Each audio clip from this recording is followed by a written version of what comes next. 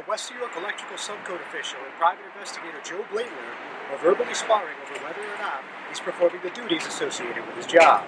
Surveillance footage shows that West New York's electrical subcode official, Nick Lordo, who has 7 part-time jobs and earns about $187,000 a year, ran personal errands while on the clock in the North Hudson municipalities on a handful of occasions in July and August. Additionally, in one instance back in December 22nd of last year, Lordo has overlapping hours he was paid for in West New York and Clifton, according to timesheets provided to Hudson County View, though he chalked that up to some sort of clerical error. Lordo, who was employed by Glen Rock, Rutherford, East Rutherford, Clifton, Midland Park/Hohokus, the 2 municipalities have an interlocal agreement, Guttenberg and West New York, the latter where he earns about $64,000 a year and receives health benefits. East Coast Private Investigations' Joe Blaettler, who has previously spoken out against town inspectors Manny Fernandez and Frank Recanati, made similar allegations about Lordo, stating he routinely showed up to work late, ate breakfast at a diner, and stopped in at his house during the workday, among other things. And it's a part-time job. He's required to be there from 7:30 to 11:45 each day. During the course of our surveillance, we observed him coming to work late. He would take extended breakfast periods. We observed him numerous times. I think every time we surveilled him, he went home for anywhere between 10 minutes and 40 minutes. We observed him doing banking, going to the post office, the bakery, visiting his parents' house. On 2 occasions, he went to a beauty salon, we don't know why, to get his hair done or whatever, in Guttenberg. And basically, it's the same MO as the other 2. It's people with jobs that aren't doing their job.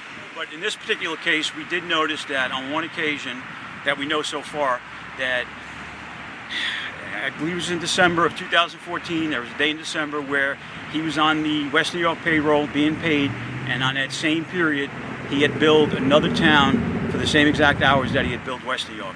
So if those records that they provided us with are accurate, well, he was being paid in West New York and he also billed another town for the same hours and the same day that he worked.